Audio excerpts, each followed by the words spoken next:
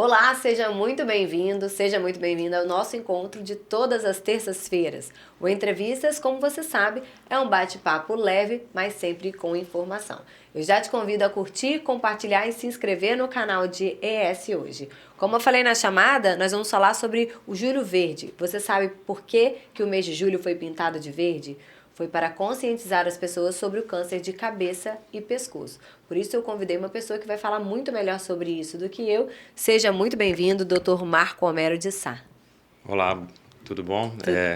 Eu que agradeço o convite. Vai ser um prazer conversar com vocês sobre o Julho Verde e a cabeça e o pescoço. Isso aí. Deixa eu apresentar, né? Eu gosto muito de apresentar quem está aqui conosco para mostrar o porquê que a pessoa tem propriedade para falar do assunto que a gente traz em cada um dos nossos entrevistas.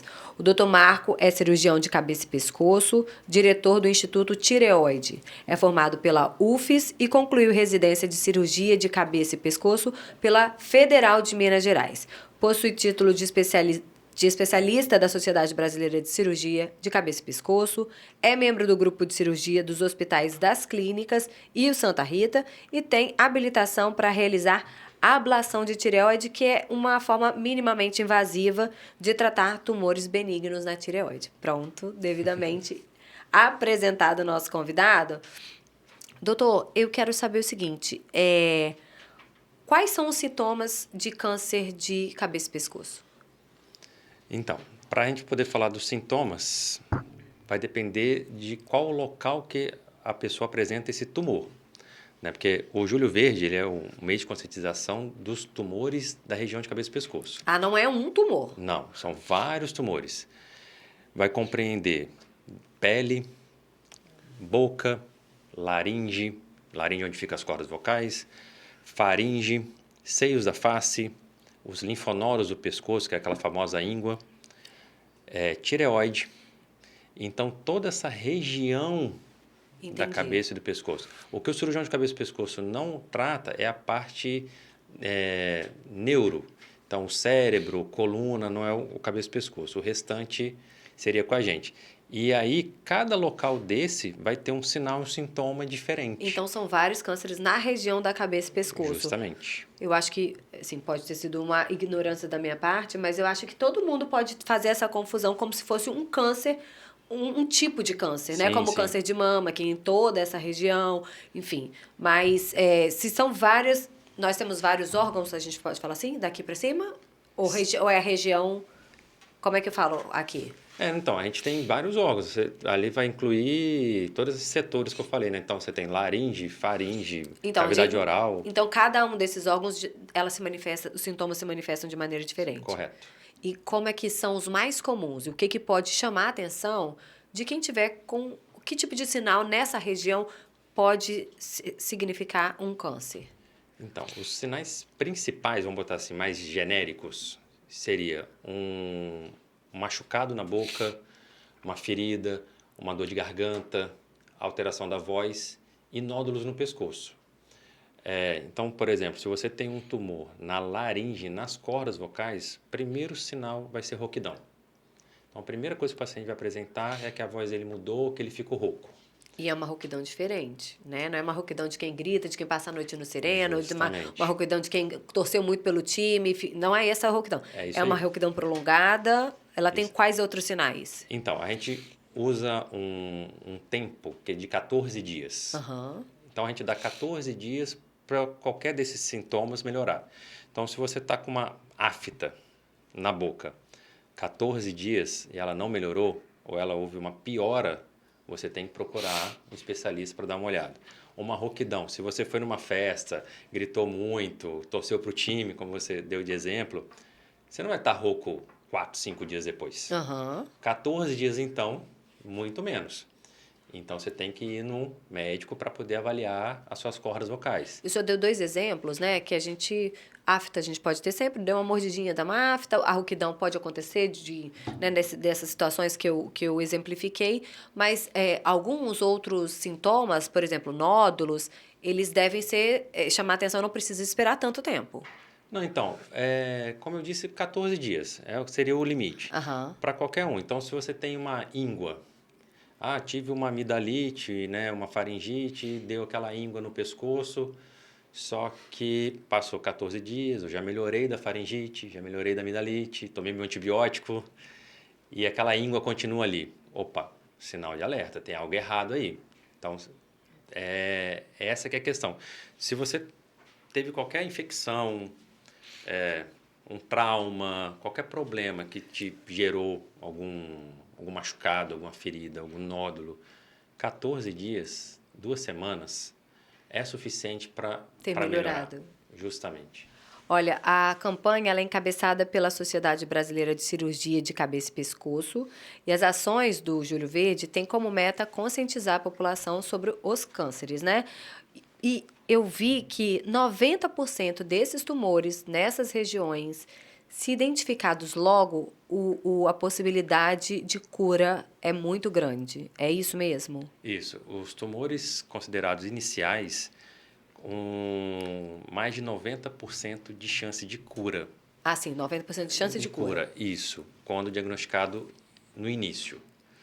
E, e também tem a relação com o tratamento. Se você tem uma lesão de 1 centímetro, seu tratamento, a sua cirurgia vai ser muito Pequena. menor, com muito menos morbidade, com muito menos sequela para o paciente, se você tem uma lesão de 5 centímetros, por exemplo. Né? Porque no rosto, qualquer uma lesão de 3 centímetros, 4 centímetros, É grande. já é grande. Diferente, por exemplo, de uma lesão no estômago, no fígado, entendeu? Entendi. Agora, doutor Marco, normalmente tem algumas doenças, tem algumas situações que a gente faz exames anuais, né? Então, por exemplo, a mulher no câncer de mama, na campanha do câncer de mama, no Outubro Rosa, o homem do Novembro Azul para próstata. Nessa região, a gente tem o Júlio Verde como conscientização, mas eu nunca ouvi, né? E eu não sei se pode ser que nem eu nem outras pessoas que estejam acompanhando a nossa entrevista, dessa questão de anualmente fazer algum tipo de avaliação na região para prevenção. Sim. Como é que a gente, né? Se eu não tiver casos nenhum na minha família de câncer, se eu não tiver, como que eu vou ter esse alerta? Então, realmente não existe esse protocolo. Igual é o câncer de mama, ou igual o câncer de mama, igual é para a mulher ter que fazer exame de mama a partir de X idade, né? Na cabeça e pescoço não tem para nenhum tipo de tumor. Então, por isso a conscientização de, você tem que se conhecer. Conhecer seu corpo, palpar o pescoço, fazer o autoexame da boca, assim como existe o autoexame da mama, usando a mama como referência de novo. Aham. Fazer um autoexame da boca. A gente escova dente todo dia. Não custa nada abrir a boca ali na frente do espelho, olha a língua, joga a língua para um lado, joga a língua para o outro, olha o céu da boca, vê se tem alguma ferida, alguma afta, né, algum machucado. E aí, ou, como dei de exemplo, a voz, nódulos. E aí, se você ficou 2 semanas, procurar um médico. Mas não existe um protocolo assim, entendeu? Mesmo com história familiar, mesmo se... A não ser quando, por exemplo, nós estamos falando de tireoide. Tireoide existe uma relação familiar mais presente. Aham. Não que se sua mãe teve, você vai ter um Não é também. uma regra. Mas tem uma relação familiar, você tem mais chance. Então, se sua mãe teve um nódulo na tireoide, vale a pena fazer um ultrassom de tireoide. Anualmente ou não? Não, uma vez. Fez o ultrassom e não tem nódulo nenhum, você pode repetir esse ultrassom depois de uns 5 anos, esporadicamente, assim, só para conferir se não houve um surgimento de um nódulo. Entendi. Existe dados a respeito de faixa etária que seja mais comum esses cânceres na cabeça e pescoço? Então, quando a gente está falando boca, laringe, faringe, é o que a gente seios da face, nós estamos falando de via aérea digestiva superior. Esses tumores são relacionados com o uso de cigarro e excessivo de álcool, né? O paciente etilista. Então, quem usa álcool, quem usa o cigarro, tem 30 vezes mais chance de ter um câncer dessas regiões. E aí a faixa etária, normalmente, né, A questão nossa sociocultural são mais homens depois dos 50 anos de idade. Entendi. Nódulos na tireoide já são mais comuns em mulheres. Tem estudos que mostram que mais de 50% das mulheres vão apresentar nódulo na tireoide em algum momento da vida. Normalmente são nódulos benignos, mas até 10% desses nódulos da tireoide podem ser câncer de tireoide. Então, se a gente for fazer um cálculo rápido aí, pensa, metade das mulheres com nódulo na tireoide e 10% ser câncer, É muita gente. é muita gente com câncer de tireoide. Existe uma estimativa do INCA de que somente em 2024, mais de 39 mil novos casos de cânceres de cabeça e pescoço serão diagnosticados no Brasil. É isso mesmo? Assim, é muita gente, é muito caso. Como que chega a esse cálculo e como é que, de uma maneira geral, existe a Sociedade Brasileira de Cirurgia de cabeça e pescoço. cirurgia de cabeça e pescoço que está encabeçando essa campanha Julho Verde. Mas a gente não vê, de maneira geral, os governos falando sobre isso, as prefeituras falando sobre isso. Como que pode controlar para que não seja esse número tão grande, essa estimativa tão alta? Então, respondendo a pergunta, no início perguntou como que chega esse cálculo. Existe notificação compulsória por todos os serviços de saúde quando há um diagnóstico de câncer. Então, algumas doenças existe notificação compulsória. Um exemplo é o câncer.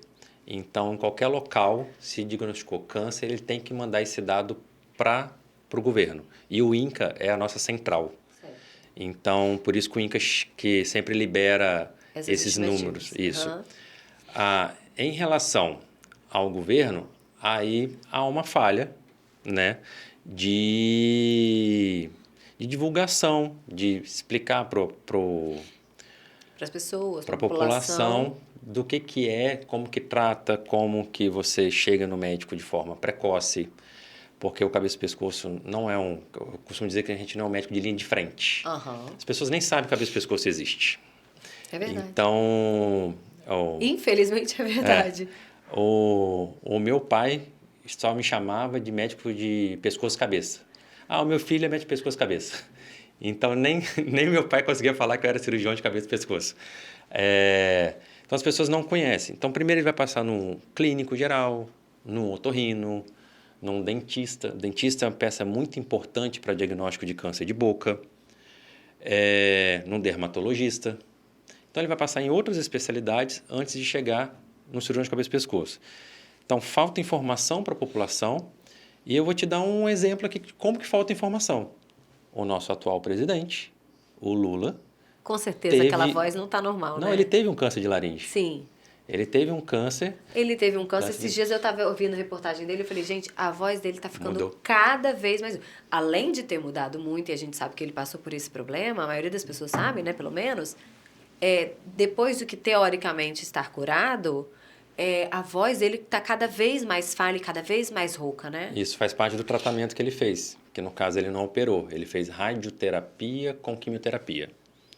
Então foi um tratamento que a gente chama de preservação de órgão. Em vez de ir lá operar e mexer nas cordas vocais dele, fizeram um tratamento menos invasivo, né, que é a radioterapia, só que a radioterapia causa uma inflamação, causa um edema. Então, acaba alterando voz, acaba alterando também para engolir depois. O engolir normalmente pode dar um incômodo, pode ter dificuldade para a comida descer, né? Mas você vê, o presidente teve um câncer de cabeça e pescoço, poderia estar encabeçando a campanha. E não faz parte. Infelizmente.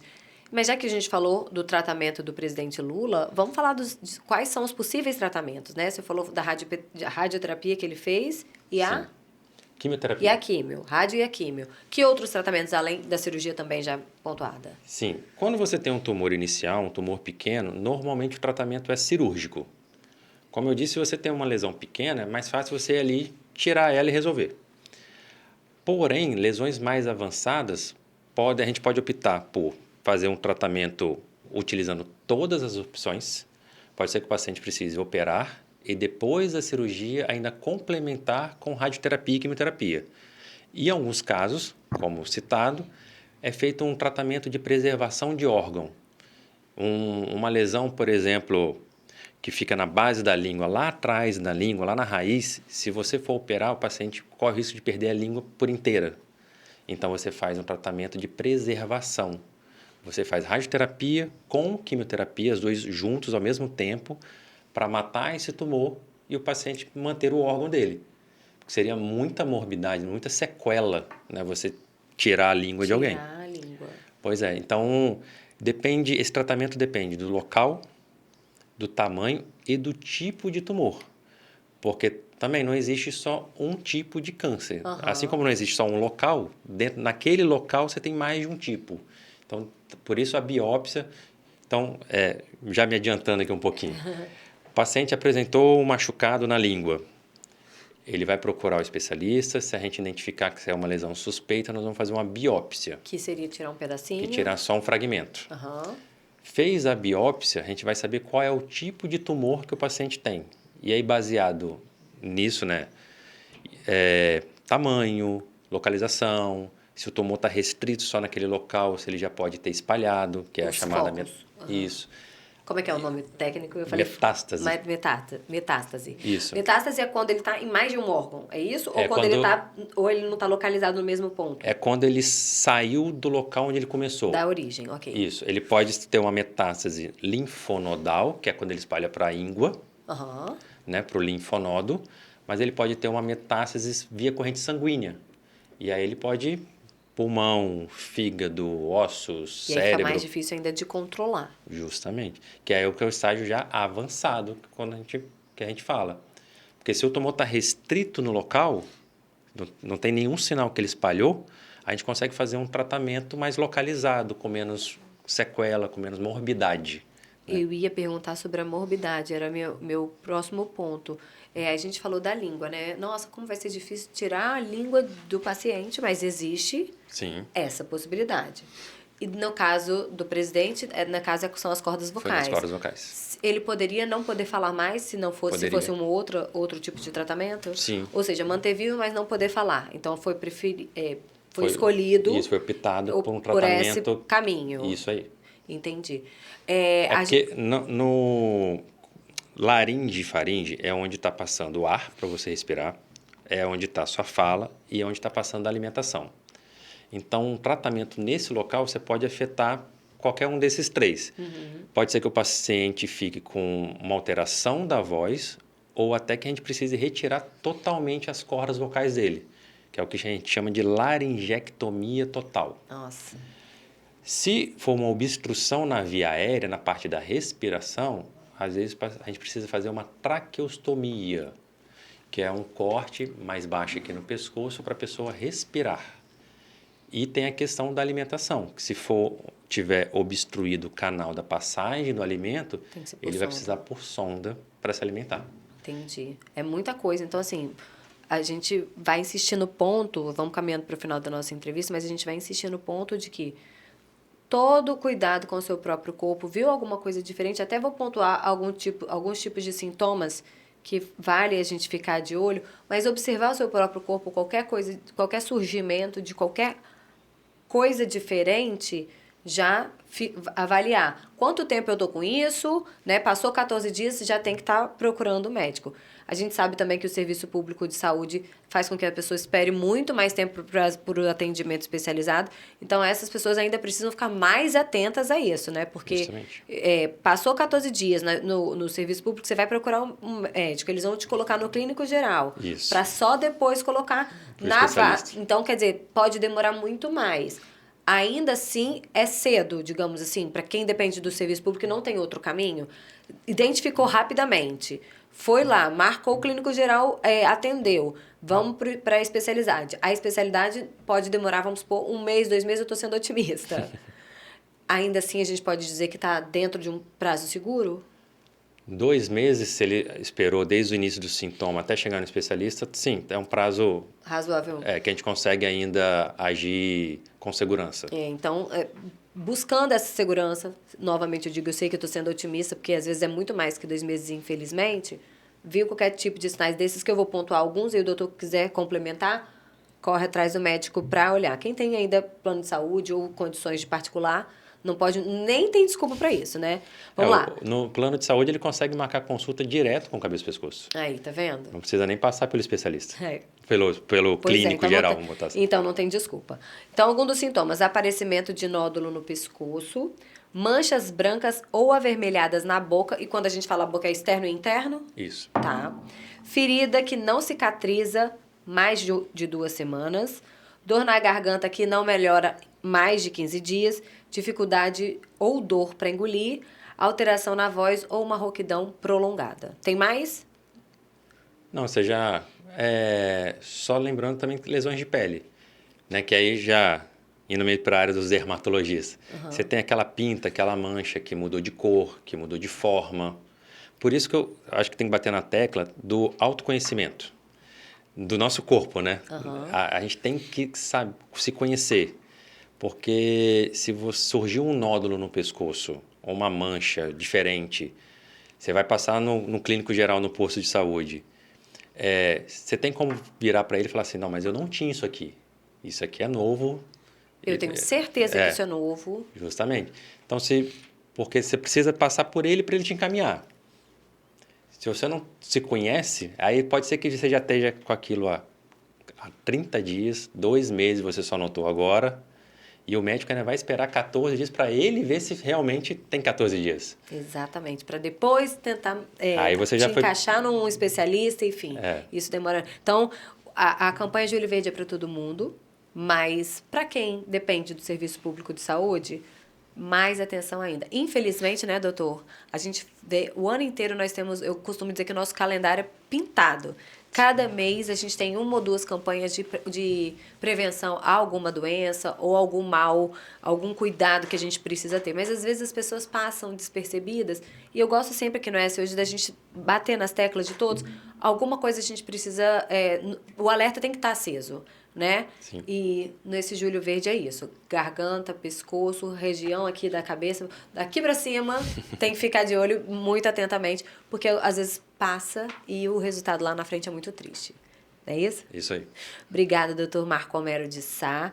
Eu agradeço também para você que ficou aqui. Eu espero que o alerta tenha sido feito. Fiquem atentos, se cuidem, se previnam e a gente se encontra semana que vem. Até lá.